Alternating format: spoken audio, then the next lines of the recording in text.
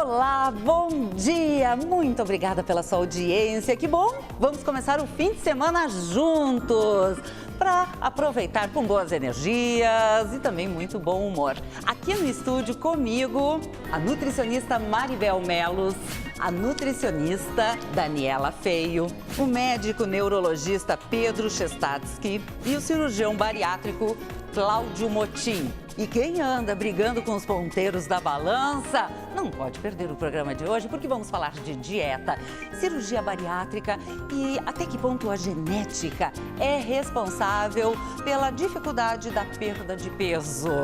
Ah, e você sabe que os alimentos podem ser amigos ou até inimigos do nosso cérebro? E tem mais! Já ouviu falar em probióticos? Ainda não? Então tá na hora de conhecer as bactérias que precisam se manter vivas no nosso corpo. Tem receitas fáceis e do bem, tudo para descomplicar essa história de comida saudável. E ainda a série Minha Amiga Sexóloga. É o mais saudável que já está no ar.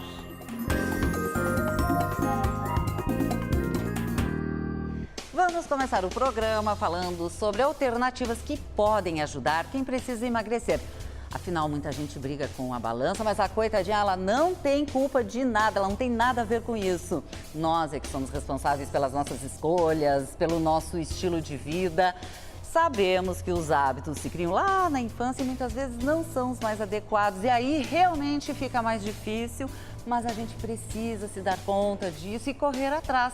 Eu sei que nem todo mundo consegue ter informação com qualidade, acesso aos profissionais da saúde que podem orientar do jeito certo a sua dieta. Então, hoje, aqui no estúdio, convidamos especialistas para falar sobre como eliminar aquele peso que tanto incomoda você. As nutricionistas Daniela Feio e Maribel Melos, muito obrigada. E também o cirurgião bariátrico Cláudio Motim.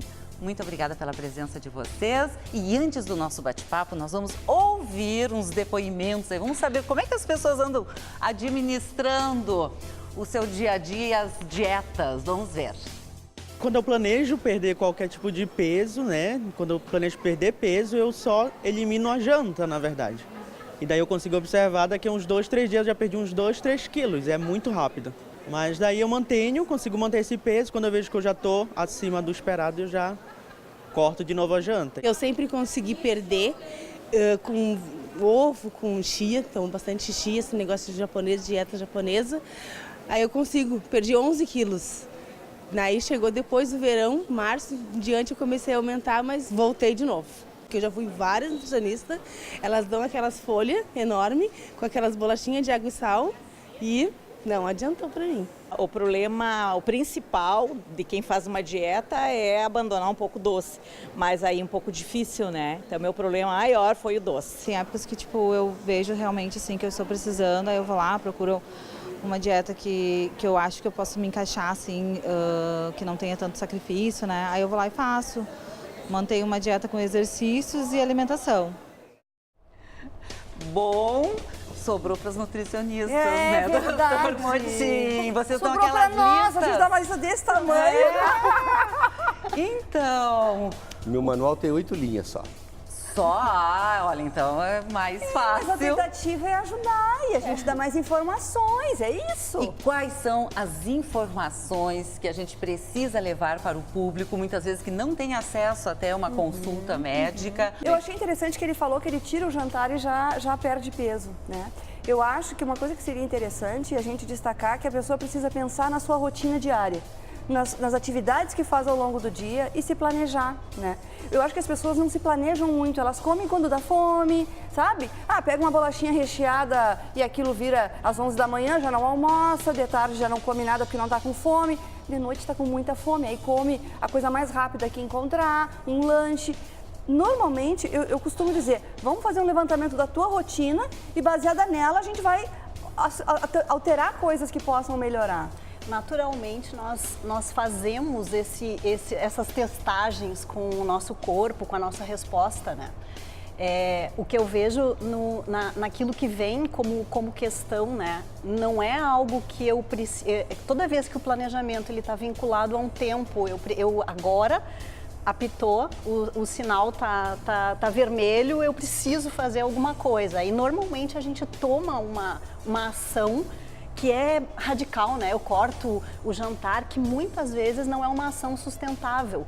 Então, toda vez que tu agrega nesse teu projeto algo que você consegue se ver executando aquilo, daqui a 1 ano, 2 anos, 3 anos, você tem mais chance de estar dentro de algo que seja... fórmula mágica, né, relação- Daniela? Esse é o problema. A relação que as pessoas têm com a comida não é muito boa às vezes e acaba... O que a maioria das pessoas quando chegam para nós, eles chegam realmente procurando uma mágica. A própria cirurgia. Você acha que a cirurgia vai resolver tudo. Vai fazer tudo e eles não precisam nem mudar o modo de comer. Quer dizer, isso é uma mentira enorme, porque a cirurgia, por exemplo, é uma ferramenta, ela causa modificações claras, mas quem é o agente dessa ferramenta? Quem é que vai usar ela, bem ou mal, é o indivíduo. E se ele usar uma má comida, se ele não fizer uma prática de esporte para manter musculatura e manter queima calórica, se ele não fizer o correto, que é aí a mudança de hábito, o que levou ele até ali, engordou. Questão da mudança de hábitos. É. Então, fazer um levantamento da minha rotina hoje e fazer pequenas mudanças. Se a minha dificuldade é tomar água, começa tomando água. A dificuldade é comer salada, come pelo menos no almoço. Então, vai fazendo pequenas mudanças que isso já vai fazer diferença. Talvez Os alimentos industrializados, a gente pode dizer que são os grandes responsáveis pela obesidade. Hoje está se discutindo no Ministério da Saúde uma nova postura na linha de cuidados da obesidade. Por exemplo, nós somos o maior programa de merenda escolar do mundo e ainda alimentamos mal as crianças. Nós pensamos em desnutridos. Na verdade, nós temos que pensar nos obesos. Exatamente. Porque a grande mal não é o desnutrido, é o obeso. E qual é a primeira proposta que surgiu entre todos os nutricionistas, endocrinologistas e até eu, como cirurgião barato, concordo plenamente? Tirar os processados. Quanto menos Vamos processados, começar melhor. a comer comida. Tá? E Comida não de processados. verdade. Voltar a comer Exatamente. comida. Vamos ouvir uma pergunta feita na rua.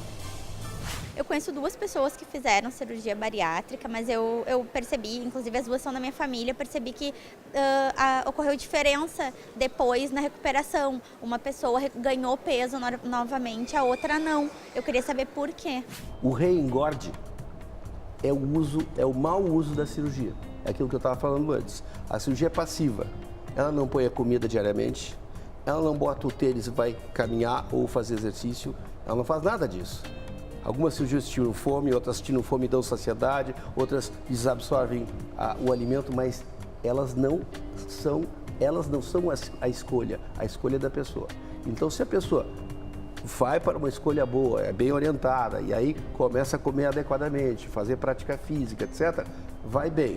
Aí chega 1, 2 anos, está estabilizado, o peso está bom, ótimo, aí acha que pode voltar a fazer tudo que era antes. Voltou tudo que era antes? Voltou. O peso também, é o óbvio, né? E é assim que acontece. Elas ganham peso porque elas voltam aos hábitos antigos. É simples. Nós temos uma outra pergunta. Pode ser feita a dieta da low carb com a jejum intermitente e malhando? Sim, isso pode ser feito, né? Uma coisa que me chamou muito a atenção no início até do nosso debate é que se menciona sobre uma conduta que funciona. Eu retirei o jantar e para mim funcionou. Aquilo ali nada mais é do que um jejum intermitente, né? Com aquela pessoa E funcionou. Jejum, não é um jejumzinho, né? É um Sim, jejumzinho até outro dia de manhã. prolongado, É um jejum né? de 12 horas. Hoje a gente tem muito isso, na realidade, nós temos muitas versões, muitas dicas, coisas que funcionam para alguém e não funcionam para outra pessoa, né, também. Por isso até a questão da avaliação imprescindível, né? É muito importante até para que você possa, porque existe algo que nós chamamos de individualidade bioquímica e isso precisa ser respeitado, a pessoa necessita de uma avaliação para que ela possa adotar uma conduta que seja interessante. A dieta low carb, sim, é claro, no nosso padrão atual de consumo de carboidrato, quando a gente fala em dieta low carb, a pessoa vai perder peso? Claro que vai, porque o nosso consumo ele é muito superior ao que se poderia tolerar, ainda mais numa vida que é muitas vezes sedentária. Uma coisa importante é a questão da genética. Ela pode interferir na perda de peso? Aí entra uma coisa fisiológica. Nós somos, como tu disseste muito bem, seres individuais. Eu sou um especialista em tubo digestivo e gosto muito de falar em tubo digestivo, nós temos de 3,5 metros a 9 metros de tubo digestivo. Isso é uma área de absorção 1 a 3 vezes mais que a outra. E podemos mudar a velocidade desses intestinos. E podemos mudar as pregas que eles têm. Então, isso faz uma composição individual única e que cada um absorve os alimentos diferente do outro. Então, por isso que é bem dito. Isso é individual. Não existe receita de bolo para isso aí. E os recursos que se tem hoje vão desde... Hoje você tem acesso a informações detalhadas do metabolismo e do perfil genético de uma pessoa, sim, inclusive em relação à aceitação ao carboidrato, à proteína, às gorduras. Através de um exame genético. De um exame, de um mapeamento, né, de uma avaliação. Esse é um assunto amplo que as pessoas têm muito interesse. Voltamos a falar no próximo programa. Vamos falar especificamente sobre cirurgia bariátrica e metabólica. Muito obrigada pela presença de vocês. A Maribel vai continuar com a gente no próximo bloco. Mas agora a gente vai invadir a cozinha do Mesa Brasil Sesc. Para quem não sabe, o Mesa Brasil é uma rede nacional de bancos de alimentos contra a fome e o desperdício. O Sesc ele vai em busca de onde sobra para entregar onde falta. Aqui no Rio Grande do Sul, mais de 600 entidades recebem alimentos e a orientação de nutricionistas que ensinam como preparar integral, fazer toda a preparação integral dos alimentos. São receitas fáceis e a gente escolheu uma perfeita para substituir as comidas industrializadas. Quem ama hambúrguer, corre aí, pega o lápis e o papel para anotar os ingredientes. Nesse hambúrguer a gente vai utilizar a carne de gado moída, pode ser a carne de frango, pode ser utilizada a proteína de soja, pode ser utilizado também outra leguminosa para quem é vegetariano, fazer um hambúrguer de lentilha ou um hambúrguer de feijão, né, como base, em substituição à carne. Então nós vamos temperar essa carne com sal, orégano e pimenta do reino. Pode ser utilizado alecrim, manjerona, sempre temperos naturais. Evitem os temperos industrializados, porque eles têm uma quantidade muito grande de sódio, de glutamato monossódico, que aumenta a pressão arterial e problemas renais. Para enriquecer o nosso hambúrguer, nós vamos adicionar alguns vegetais. Então a cebola, ela vai entrar também como tempero. Ela tem uma substância chamada de quercetina, que é antioxidante e ajuda a prevenir doenças cardiovasculares. Batata, que é uma fonte de amido, né, de carboidrato, que vai ajudar a fazer a liga. A cenoura ralada, que é rica em beta-caroteno, importante para a pele, para todos os tecidos do nosso corpo. Um pouco de tempero verde. Os talos que vocês tiverem de vegetais e de alguns legumes em casa podem ser utilizados. E ao final a gente mistura a aveia. De preferência, aveia em flocos finos para ajudar na liga dos ingredientes. O ideal é que nós sovemos com a mão mesmo. Nós vamos colocar numa forma untada. Não precisa colocar muito óleo, porque a carne ela já tem naturalmente gordura. Podemos fazer no formato de almôndegas e depois achatar. Então nós vamos assar para reduzir essa quantidade de gordura.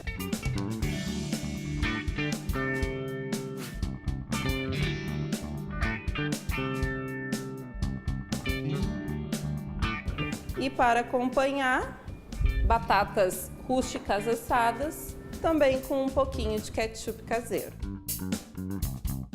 Agora tem um rápido intervalo e a gente volta para falar sobre os alimentos que podem ajudar o seu cérebro a funcionar melhor e descobrir o que são probióticos. Você já ouviu falar? Não? Então não saia daí.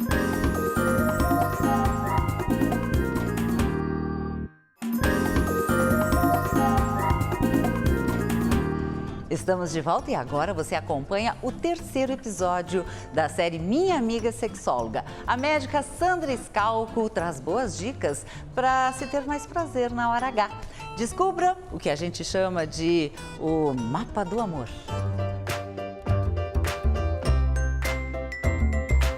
Primeira dica qual é? Áreas erógenas. Sugestão da Laura. Tem aquelas áreas erógenas mais comuns que todo mundo se excita, ou a grande maioria. As mulheres é o clitóris, o homem é o pênis.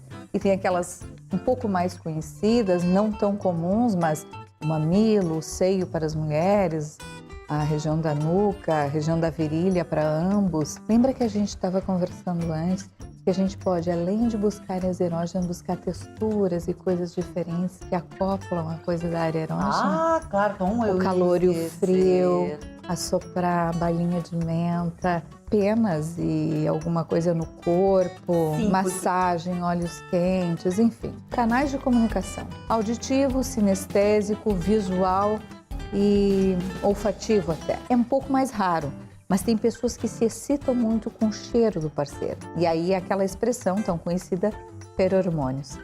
Em regiões como a nuca, o peito e a região inguinal, são locais que liberam mais esse odor, especialmente na hora que a pessoa está excitada. Tem pessoas que identificam isso muito bem e que se excitam, ou que se excitam com algum perfume, algum aroma. Áreas erógenas, a questão que a gente falou dos canais, e aí o ambiente. Desde o ambiente macro ao micro. O que eu quero dizer com isso? Por exemplo, assim, cenário. Tudo que a gente puder inventar num cenário diferente, às vezes uma velinha acesa, um incenso, um contexto diferente, um local diferente.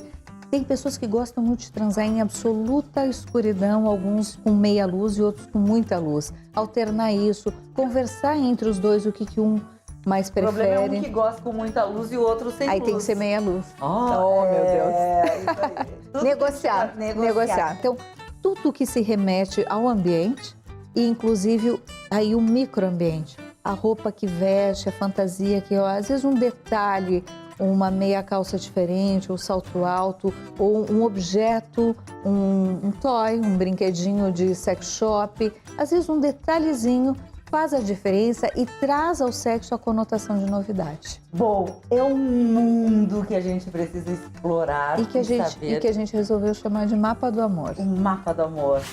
Agora a gente continua falando sobre os alimentos do bem. A nutricionista Maribel Melos segue aqui no estúdio para falar sobre probióticos e o neurologista Pedro Chestatsky explica, então, a importância dos alimentos para o cérebro.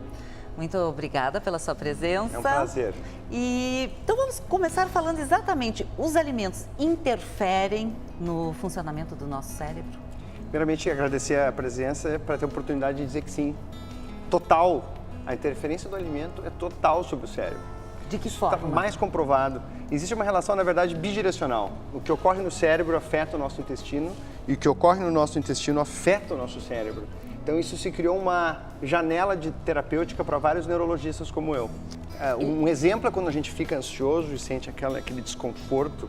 E o contrário também, quando nós temos uma diarreia, alguma coisa intestinal, o nosso cérebro também se ressente. Então, é muito importante que nós tenhamos o hábito intestinal normal para que nosso cérebro não se inflame. E o que pode causar essas inflamações? Tem tudo a ver com as escolhas, né? Com as escolhas de alimentares, que existem alimentos que são mais ou menos inflamatórios, existem alimentos que são mais ou menos amigos do cérebro. O pior alimento para as boas bactérias intestinais são os que aliam gordura, principalmente hidrogenada, e açúcar. Quando há associação desses dois alimentos, vou dar um exemplo, sorvete, biscoito com aquele recheio cremoso, são alimentos péssimos para as boas bactérias intestinais. Quem são os probióticos? São as bactérias do bem. Pois é, vamos explicar, as pessoas ainda não sabem. Nós temos 100 trilhões de bactérias no intestino. Praticamente somos uma bactéria. Somos povoados. Nós temos mais bactérias do que células do corpo. Sim, temos 1,5 kg de bactérias. Ou seja, nós não temos as bactérias nos têm. Exatamente. Nós somos o bicho de estimação das nossas bactérias. Olá, eu não me chamo Pedro. Somos um apoiado de bactérias e que são extremamente inteligentes. Existe as bactérias o DNA boas e as ruins, né? Claro, porque existe uma simbiose. O Pedro falou em disbiose. Disbiose é o desequilíbrio entre as bactérias benéficas e as bactérias ruins, em que as ruins estão ganhando das outras. Mas o nosso intestino, eu comento em aula que é como uma florestinha. Tem as do bem, tem as do mal, tem as oportunistas. E esse equilíbrio ele é barrado quando tem falta de hidratação, falta de fibras, falta de vegetais, falta de hábitos do bem, né? E isso prejudica as bactérias boas, elas precisam de matéria-prima. E matéria-prima vem da onde? Dos vegetais, das fibras, das frutas, do alimento de verdade.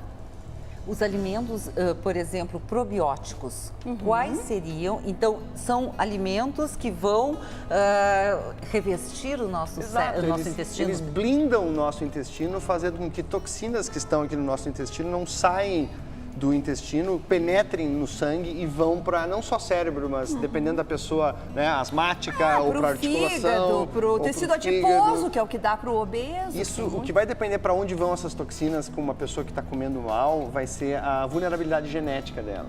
Então tem pessoas que, por exemplo, autismo é uma doença linkada com algumas opções alimentares, não só das crianças, mas também dos pais. Ainda há uma controvérsia sobre essa conexão, mas existe muito sentido que essas crianças, via de regra, têm uma dieta ocidentalizada, extremamente baseada em alimentos feitos numa fábrica. O que nós podemos fazer, então, para alimentar essas bactérias boas? Porque elas têm força para ganhar das bactérias que a gente chama que não são boas, por exemplo? Como é que a gente consegue equilibrar? É que, na verdade, o nosso intestino tem a camada do intestino, tem uma camada de muco e uma camada de bactérias, tá? A gente consegue recolonizar o nosso intestino através de algumas estratégias. Nós podemos, se uma alimentação for bem natural, ela vai conseguir colonizar. Mas existem alimentos, por exemplo, como kombucha, que se fala hoje bastante, kefir e os alimentos fermentados, que eles ajudam muito. Então eu posso pegar, por exemplo, vou dar uma dica, tá? Pega lentilha, pega 3 colheres de lentilha, cobre com água, deixa de noite, no dia seguinte coloca numa peneira. 3 dias tu lavando essa lentilha, tu vai ter brotos. Os brotos, eles ajudam muito a manter as nossas boas bactérias. E é algo simples e qualquer um de vocês pode fazer em casa. Eu tenho outra dica também, para os telespectadores. Chocolate, 70%, sublingual. Coloque debaixo da sua língua, é um excelente probiótico. Olha que ótimo! E quais são os outros para nós agora encerrarmos? Então, quais os alimentos necessários? Baseados no fato de que o cérebro é 90% gordura e água, a água é muito importante. E as gorduras chamadas gorduras boas, entre elas o ômega 3 que está nos peixes gordurosos ou nas oleaginosas, no avocado, no abacate, no ovo, na banana. Chia, linhaça. Então, muito obrigada. E agora nós vamos mostrar uma boa dica de receita para quem está ligado e quer mais saúde na mesa. A nutricionista Melissa Soares mostra como usar os alimentos probióticos na preparação que você pode fazer aí na sua casa.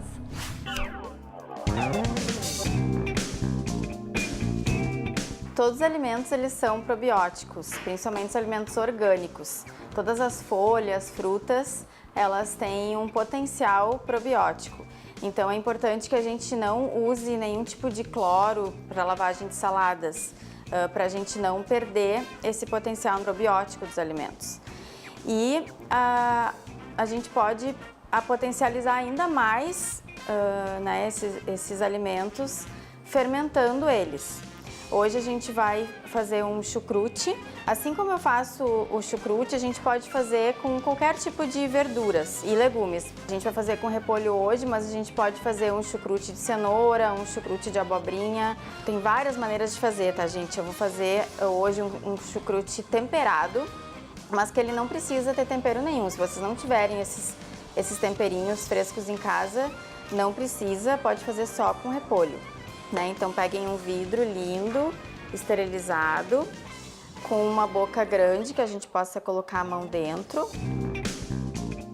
A gente vai amassar elas. Tem umas receitas que que se coloca sal, azeite, alho. Eu prefiro não colocar, porque o sal ele é antibactericida, né? Ele impede a proliferação de bactérias benéficas. Salsão, para dar uma temperada e para deixar o nosso vidro lindo. Agora vamos botar uma camada de repolho roxo. Vou intercalar com uma pimentinha. Essa aqui é manjerona, vou colocar 2 raminhos. E olha que lindo, eu vou deixar as camadas intercaladas com repolho branco. Aqui eu vou colocar o louro, também para enfeitar e para dar um sabor. A gente vai preencher o vidro. Então aqui é a nossa última camada. Quanto mais a gente conseguir apertar o repolho, mais possibilidade dele fermentar mais rápido, né? A gente tem que tentar deixar o repolho sem ar aqui dentro. E agora a gente fecha. E aqui, em vez do repolho roxo, a gente poderia estar colocando beterraba. Então, esse vidro a gente deixa de 5 a 21 dias, dependendo da temperatura ambiente. Se for verão, em 5 dias ele está fermentado, 7 dias. Quem não gosta de muita fermentação, muito forte, ele já vai estar ideal para comer. E se quiserem ele mais probiótico, esperar, né, esses 10 dias, 21 dias, depois colocar na geladeira. Uma dica, se ele tiver muito fermentado, a gente consegue equilibrar o sabor do fermentado com o doce. Então a gente pode comer o chucrute com algum tipo de doce, ou geleia de frutas vermelhas, ou geleia de tâmaras, geleia de qualquer fruta passa, como ameixa, uva passa, ou até mesmo com melado, né? Fica uma delícia. O Mais Saudável de hoje está ficando por aqui, mas se você quiser rever o programa inteirinho, é só acessar o site ou o canal no YouTube da Band RS. Daqui a pouco ele vai estar lá inteirinho.